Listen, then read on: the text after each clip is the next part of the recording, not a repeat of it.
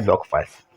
जब भी second zero log file के ऊपर जाएगा ऑरिकल, तीसरी पे जाएगा, चौथी पे जाएगा, जैसे ही वो लॉग स्विचिंग करता रहेगा, मूव करता रहेगा, हर लॉग फाइल जैसी दूसरी लॉग फाइल पे जाने से पहले पिछली वाली की कॉपी बना देगा।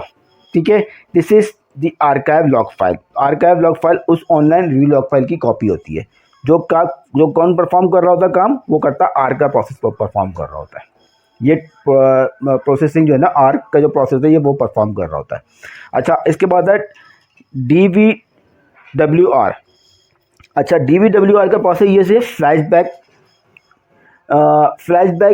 का प्रोसेस है। अच्छा, अब आपके हमने बात डिस्कस की थी कि यार देखो एग्जाम्पल लेके चलते हैं कि हमने कोई अपडेट परफॉर्म की डेटाबेस के अंदर, हमने बात की अपडेट करते हैं तो उसकी कंफर्मेशन भी ओरेकल देना पड़ती है, हम कहते हैं कमिट। ठीक है, कमिट कर दिया। अब अगर मैंने उस ट्रांजेक्शन को, मैंने कोई यूज़र का नाम चेंज किया, ठीक है, उसको नाम चेंज कर देने के बाद उसको कर दिया कमिट। अब कमिट का मतलब ये है कि ओके मैंने चेंज कर दिया, चेंज हो गया। अब कमिट जो है जब चेंज हो गया ना, तो अब वो रोल बैक नहीं हो सकता। रोल बैक उस वक्त तक हो सकता है जब तक कि मैंने कमिट नहीं किया था। ठीक है, रोल बैक जब तक मैंने कंफर्म नहीं किया था। दो प्रोसेस होते हैं, अपडेट करूँगा, अपडेट करने के बाद उससे मैंने उसको या तो कमिट कर सकता हूँ या रोल बैक कर सकता हूँ। अगर मैंने कमिट कर दिया, अब वो रोल बैक नहीं हो सकता। ठीक है, तो ऐसी ट्रांजेक्शन, ऐसे प्रोसेसेस जो कमिट कर देने के बाद, अब बहुत से और भी होते हैं, एग्जाम्पल देके चलना है, जो काम मैं कमिट कर चुका हूँ, ठीक है, डेटा में लिख चुका हूँ, उस चीज़ को रोल बैक करने के लिए फ्लैशबैक यूज़ करते हैं। ठीक है, फ्लैशबैक यूज़ करते हैं। ऐसी ट्रांजेक्शन जो मैं कमिट कर चुका हूँ, डेटा में चेंज हो गया, लिख दिया उस डेटा फाइल में जाके, उस किस्म की ट्रांजेक्शन को रोल बैक करने के लिए हम फ्लैशबैक यूज़ करते हैं। अब फ्लैशबैक में बहुत सी चीज़ें होती हैं, सिर्फ डेटा रोल बैक नहीं होता। हो सकता है मुझसे गलती से टेबल भी ड्रॉप हो जाए, मैं टेबल ड्रॉप कर दिया, मैं उसको भी रोल बैक कर सकता हूँ। मैंने कोई टेबल ट्रंकेट कर दिया, उसको भी रोल बैक कर सकता हूँ। मैंने कोई बहुत सारे डेटाबेस के ऑपरेशन परफॉर्म किए, टेबल ड्रॉप किए, इंडेक्स ड्रॉप किए, मैं सब चीज़ें जो ना फ्लैशबैक डेटाबेस, फ्लैशबैक की टेक्नोलॉजी को यूज़ करते हुए वो चीज़ें अपनी रोल बैक रिवर्ट कर सकता हूँ। ठीक है, तो जस्ट लाइक ए रिवर्स का ऑपरेशन है, डेटाबेस को मैं रिवर्स कर सकता हूँ। ठीक है, डेटाबेस लेट्स सपोज मेरी 5 बजे से लेकर 10 बजे तक मैंने बहुत सारी ट्रांजेक्शन परफॉर्म करी। अब मैं कहता हूँ 10 बजे के बाद मैं बोलता हूँ यार ये सब चीज़ें ख़राब हुई हैं, डेटाबेस को उठा के फिर से 5 बजे पे लेके आ जाओ, तो मैं वो को रिवर्स करके डेटाबेस को 5 बजे पे ले आऊँगा। तो दिस इज़ द रिवर्स, सारे ऑपरेशन परफॉर्म को 5 बजे पे लेके आ सकता हूँ। वो कैसे करेंगे, हम करेंगे फ्लैशबैक के थ्रू। ठीक है, तो ये 4 जो प्रोसेसेस हमने डिस्कस किए, ये 4 प्रोसेसेस ये काम परफॉर्म करते हैं। अच्छा, अब आती है, ये उन्हीं में सारी फाइल्स हैं। ठीक है, जो आपको जो मैंने डायग्राम बताई थी। अब हमने ये डिस्कस कर चुके हैं लिसनर। ठीक है, लिसनर का क्या काम है, लिसनर का ये काम है कि यूज़र की जो 5 कनेक्टिविटी है, यूज़र को फर्स्ट टाइम डेटाबेस से कनेक्टिविटी करवा के हम ये ऑलरेडी डिस्कस कर चुके हैं। ठीक है, हमारे पास डेटाबेस की 5 प्रोसेसेस हैं, वो 5 मतलब डेटाबेस पे कनेक्शन बनाने के लिए 5 चीज़ों की रिक्वायरमेंट होती है। एक आपकी आईपी, एक आपकी पोर्ट, एक आपकी डेटाबेस, एक यूज़र, एक आपका पासवर्ड। तो 3 चीज़ों जो हैं वो ऑथेंटिकेट होती हैं, वेरीफाई होती हैं by the use of listener. ठीक है, लिसनर के अंदर हमने जो हमारा ये बेसिकली ये वही होती है फाइल जो एग्जीक्यूट हो रहा होता है डेटाबेस के ऊपर, लिसनर का प्रोसेस। ठीक है, तो ये 3 चीज़ों को वेरीफाई करता है बाय फॉर डेटाबेस कनेक्टिविटी के लिए। ठीक है, तीसरी फाइल होती है हमारे पास पैरामीटर फाइल। पैरामीटर फाइल में क्या होता है कि हमारी डेटाबेस की कॉन्फ़िगरेशन, ठीक है, डेटाबेस की कॉन्फ़िगरेशन क्या होती है कि डेटाबेस का नाम क्या है, ठीक है, डेटाबेस की जो कंट्रोल फाइल है, तो मैं आपको दिखाया है कंट्रोल फाइल यहाँ पे दिखाई थी, ये कंट्रोल फाइल कौन सी पाथ पर मौजूद है। पाथ मतलब ये है कि लेट्स सपोज मेरी डेटाबेस अगर सी ड्राइव पे या डी ड्राइव पे डेटाबेस चल रही है, ठीक है, तो उसमें डी ड्राइव पे कौन से फोल्डर के अंदर ये कंट्रोल फाइल मौजूद है। ठीक है, मेरा ये जो SGA लिखा आपको सामने आ रहा है, इस SGA ये एक SGA मेमोरी कंपोनेंट है। ठीक है, अब मैंने ऐप को डेटाबेस बनाऊंगा तो मैं उसको बताऊंगा लेट्स सो मेरी डेटाबेस की मेमोरी का साइज़ है 120 जीबी। मैं उसको ये बताऊंगा कि जी मेरे मेमोरी डेटाबेस में जो 50 जीबी है ना वो एस का साइज़ होना चाहिए। तो उस एस का जो साइज़ है ना, मतलब 50 जीबी का मतलब ये है कि मेमोरी 120 जीबी के अंदर 50 जीबी जो है वो allocated for my database S के लिए रिजर्व कर लो। तो इस किस्म की कॉन्फ़िगरेशन पैरामीटर फाइल के अंदर मौजूद होगी। तो जितनी भी मेरे डेटाबेस रिलेटेड जो भी चीज़ें होंगी वो मेरी पैरामीटर कंट्रोल फाइल के अंदर बेटा डेटाबेस कॉन्फ़िगरेशन रिलेटेड, ठीक है। डेटाबेस का कंट्रोल फाइल का पार्ट डेटाबेस का नाम होगा, ठीक है। तो ये तमाम की तमाम सब किस्म चीज़ें हमें आपको डिस्कस बताऊंगा कौन कौन सी पैरामीटर फाइल्स के अंदर चीज़ें होंगी। तो प्रैक्टिकल जब करेंगे तो आपको वो चीज़ें बताऊंगा, मगर अभी कंफर्म ये हो जाए कि पैरामीटर फाइल के अंदर कॉन्फ़िगरेशन होगी डेटाबेस की, वो ये चीज़ें इसके अंदर होती हैं, ठीक है। अब आती है TNS नेम्स डॉट ऑरा। अच्छा, TNS नेम्स डॉट ऑरा का काम ये है, जैसे कि मैंने अभी आपको बताया था DB लिंक, ठीक है, बताया था DB लिंक। अच्छा, अब आपको मैंने ये बताया था हमने टोट पे कनेक्टिविटी बनाई थी। टोट पे कनेक्टिविटी बनाने के लिए हमने सर्वर की आईपी डाली थी, और पोर्ट एंटर की थी और उसका डेटाबेस का नाम लिखा था, ऐसे ही कुछ लिखा था। अब TNS नेम डॉट ऑरा की फाइल के अंदर हम ये करते हैं कि ये जो कॉन्फ़िगरेशंस हैं, ये डेटाबेस की सर्वर की आईपी, सर्वर की पोर्ट और सर्वर डेटाबेस का नाम, इसकी एक कॉन्फ़िगरेशन एंटिटी एक सिंगल यूनिट में बना के TNS नेम डॉट ऑरा की फाइल में लिख देते हैं कि अब वो जो मैंने वहाँ पे लिखना पड़ा था, आईपी एड्रेस लिख रहा हूँ, मैं चीज़ें लिख रहा हूँ, वो चीज़ें मुझे बार बार लिखना ना पड़े। तो वो चीज़ें मैं एक मरतबा TNS नेम डॉट ऑरा की फाइल में जाके लिख दूँगा, ठीक है। तो TNS है ऑटोफिल में समझ, ऑटोफिल क्या मतलब, क्या बताया आपने? हाँ बस, हाँ बिल्कुल। तो वो पासवर्ड्स होते हैं, ये क्या होगा, उसकी कॉन्फ़िगरेशन होगी जो जिस सर्वर पे कनेक्टिविटी बनानी है। अब अगर लेट्स सपोज मैंने अपने किसी दूसरी थर्ड मशीन पे कनेक्टिविटी बनानी है, उसकी आईपी, उसकी पोर्ट, उसका डेटाबेस का नाम अब मुझे बार बार लिखना ना पड़े, तो मैं क्या करूँ, TNS नेम ऑरा के अंदर उसकी तमाम की तमाम इन्फॉर्मेशन एक ही जगह लिख दूँ और उसका एक शॉर्टकट बना दूँ, ठीक है। और शॉर्टकट बना लूँ तो मैं सिर्फ उस शॉर्टकट को यूज़ करूँगा और उसको यूज़ करते हुए उस डेटाबेस में सिर्फ यूज़र आईडी और पासवर्ड डालूंगा और शॉर्टकट यूज़ करूँगा और डेटाबेस से कनेक्टिविटी बन जाएगी, ठीक है। ये करके भी देखेंगे कैसे होगा। तो इसका बेसिकली पर्पज़ ये, TNS नेम डॉट ऑरा का पर्पज़ ये। अच्छा, अब आती है फोर्थ वन है पासवर्ड फाइल। अच्छा, पासवर्ड फाइल क्या चीज़ है, इसको ऐसे डिस्कस करो कि यार देखो, अब हमने ये मेरे ख्याल से डिस्कस की भी थी। अब मैंने डेटाबेस पे कनेक्टिविटी बनानी है, ठीक है। अब डेटाबेस पे कनेक्टिविटी बनाने के लिए मुझे क्या चाहिए, यूज़र आईडी चाहिए, पासवर्ड, आपका सर्वर, आपकी पोर्ट और डेटाबेस का नाम, यूज़र आईडी और पासवर्ड चाहिए, ठीक है। अच्छा, अब ये यूज़र आईडी पासवर्ड, अब एक डेटाबेस है, डेटाबेस से मैंने यूज़र बनाया कामरान के नाम से, ठीक है। कामरान के नाम पे डेटाबेस पे यूज़र बनाया और डेटाबेस पे कनेक्टिविटी बना ली, मैं डेटाबेस पे कनेक्ट हो गया।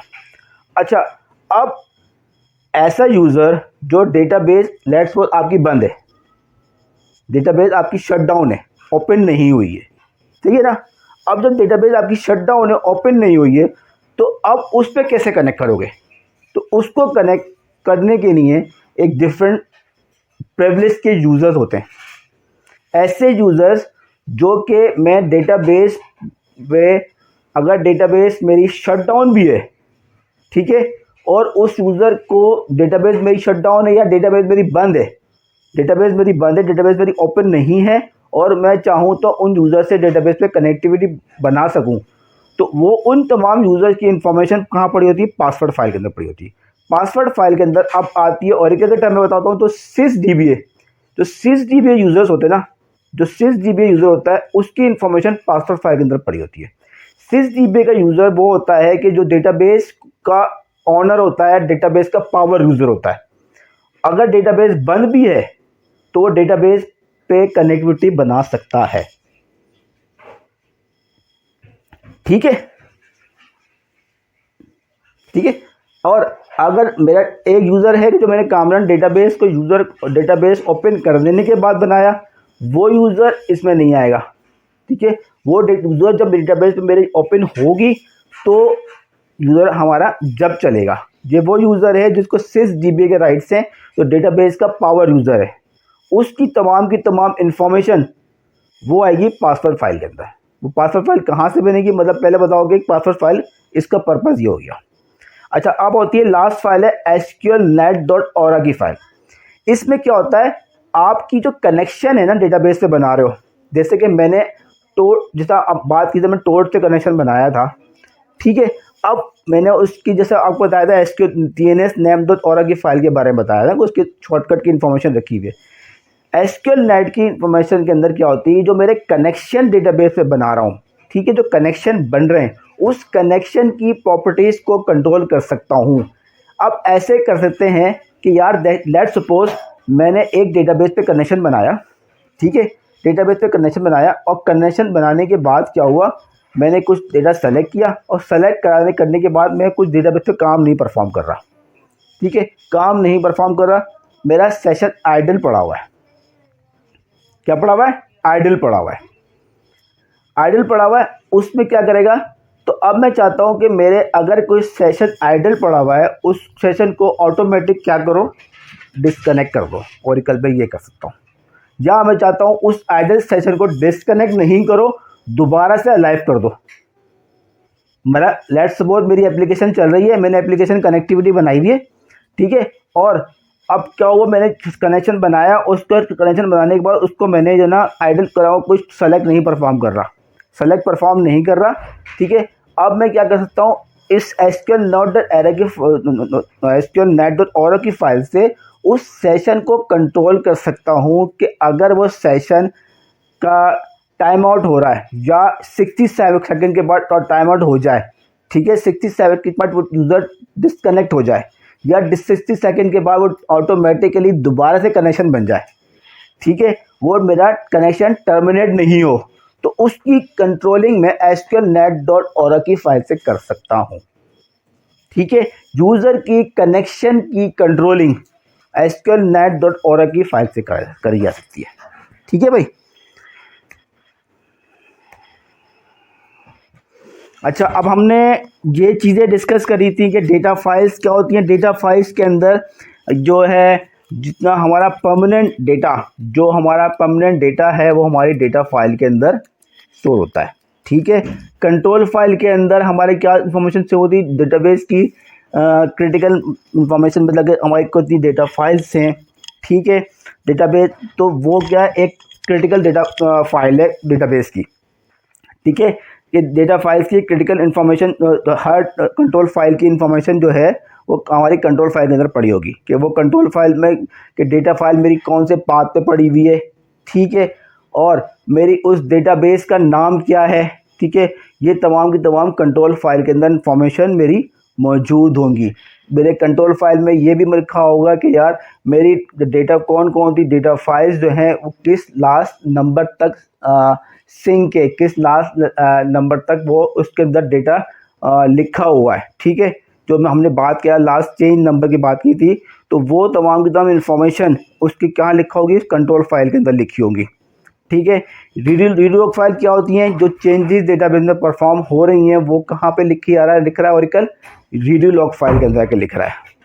ठीक है, आर्काइव फाइल्स वो होती हैं कि जो डेटाबेस में चेंजेस पर, आर्काइव फाइल वो होती हैं जो मेरी रीड लॉग फाइल अगर लेट्स सपोज मेरी फुल होने वाली होती है, तो ये ऑप्शनल फाइल है कि क्या करेगा वो उसके अंदर रीड लॉग फाइल की एक कॉपी बना रहा होता है। हर मतलब एक अगर 3 मेरी और आर्काइव रीड लॉग फाइल मौजूद है तो रीड लॉग फाइल 1 से 2 पे आएगा, 2 पे आने से पहले 1 की कॉपी बना देगा, 2 पे 3 पे आने से पहले 2 की कॉपी बना देगा। तो उसकी कॉपी बना दी, एक ऑप्शनल प्रोसेस है ओरेकल ने दे दिया है। वो क्या करेगा, उनको हम कहते हैं आर्काइव फाइल्स। ठीक है, इन आर्काइव फाइल का पर्पस क्या होता है वो मैं आपको एक सरसरी बता देता हूँ। आर्काइव फाइल तब बना देगा, ये फाइल हमें यूज़ होती है फॉर द रिकवरी पर्पस। ठीक है, हमने शुरू में डिस्कस किया था इसमें ओरेकल का डेटा गार्ड। ठीक है, डेटा गार्ड आपको जब फर्स्ट क्लासेस में मैं बता रहा था ओरेकल डेटा गार्ड को डिस्कस किया था। तो डेटा गार्ड जो की जो रेप्लिकेशन होगी ना वो बाय द यूज़ ऑफ इस आर्काइव लॉग फाइल से होगी। मेरा इस आर्काइव लॉग फाइल में जो चेंजेस हैं उनके देखे ना, रीडू में मेरी जितनी भी चेंजेस हो रही है डेटाबेस में वो कहाँ लेके जा रहा है, रीडू में लेके जा रहा है ना। जो भी चेंज हो रही है सब रीडू में जा रही है। तो हर रीडू की कॉपी आर्काइव फाइल बन रही है। दिस मीन्स अगर किसी और मेरी जो मेरे डेटा गार्ड की हमने डिस्कस किया था, डेटा गार्ड में क्या हो रहा है, डेटा गार्ड क्या रहा है, इस डेटाबेस की कॉपी एक थर्ड लोकेशन में बन रही होगी। तो उस डेटा गार्ड को हम by the use of archive log file से सिंक करेंगे। ठीक है, ये आर्काइव फाइल हमें उस दूसरी डेटाबेस को सिंक्रोनाइज करने के काम में आएगी। ठीक है। अच्छा, फ्लैशबैक लॉग फाइल हमने डिस्कस किया कि डेटाबेस वो डेटा जो कि कमिट हो गया है। ठीक है, जो डेटा कमिट हो गया है या कोई टेबल ड्रॉप हो गया है, हमने डेटाबेस को रिवर्स करना है, तो फ्लैशबैक लॉग फाइल के अंदर उस किस्म की इंफॉर्मेशन जनरेट होंगी। तो फ्लैशबैक लॉग, और ये भी ऑप्शनल प्रोसेस है, मैं एक प्रोसेस इनेबल करूँगा तब जाके फ्लैशबैक लॉग की फ़ाइल बनना शुरू होंगी। ऊपर की ये 3 आपके सामने फाइल हैं, this is the mandatory files, data file, control file and review log files. ये मैंडेटरी फाइल्स हैं, ये तीनों फाइल तो डेटाबेस के अंदर होंगी ही, मगर ये आखिर की 2 प्रोसेस फाइल्स हैं, archive files and flashback log file. ये ऑप्शनल फाइल्स होंगी। ये हम अब डेटाबेस में आर्काइविंग इनेबल करेंगे तो आर्काइव जनरेट होंगी। आर्काइविंग किसके लिए जनरेट करेंगे, हम अपने स्टैंड बाय साइट को सिंक करने के लिए या हमने रिकवरी को परफॉर्म करने के लिए। ठीक है, रिकवरी को डेटाबेस को रिकवर करने के लिए, ओके, कि आर्काइव पे क्या जा रहा है, जो चेंजेस जा रही हैं। ठीक है, चेंजेस जा रही है ना, तो उसका पर्पस फिर क्या होगा, अगर चेंजेस आ रही हैं। अब लेट्स सपोज थोड़ा सा आर्काइव को आपको एक्सप्लेन कर देता हूँ, शायद अगर ज़्यादा हो गया तो हम बाद में कर लेते हैं। ठीक है, समझ में आ रहा है ना, है ओके। तो आर्काइव लॉग फाइल का पर्पस ये है कि यार रिकवरी को डेटाबेस को रिकवर करने के लिए। अब मैं थोड़ा सा एग्जांपल देता हूँ आपको। एग्जांपल इस तरह के लेके चलते हैं कि यार डेटा फाइल है, मेरी डेटा फाइल के अंदर लिखा हुआ है, मैंने डेटाबेस को ओपन किया और डेटा फाइल के अंदर 10 रिकॉर्ड लिख दिए, 10 लाइनें लिख दी, डेटा फाइल में लिख दी। ठीक है भाई, अब क्या हुआ, मैंने डेटाबेस में फर्स्ट टाइम पे उसने 10 फाइल लिख दी, 10 रिकॉर्ड लिख दिए। अब उसने क्या किया, 11 नंबर का रिकॉर्ड लिखने गया, मैंने बोला 11 नंबर का रिकॉर्ड डेटा फाइल में इंसर्ट कर दो। ऐसा ही है, उसका इंसर्ट करने के लिए मैंने बोला जी ऐसा करो। अब ओरेकल का प्रोसेस क्या है कि वो रीडू लॉग के अंदर भी लिखेगा कि यार नंबर 11 की एक लाइन इंसर्ट होगी। ऐसा ही है, नंबर 11 की एक लाइन इंसर्ट होगी, कहाँ लिखेगा, रिव्यू लॉग फाइल में लिख देगा, लिख दिया हाँ 11 नंबर की लाइन इंसर्ट होगी।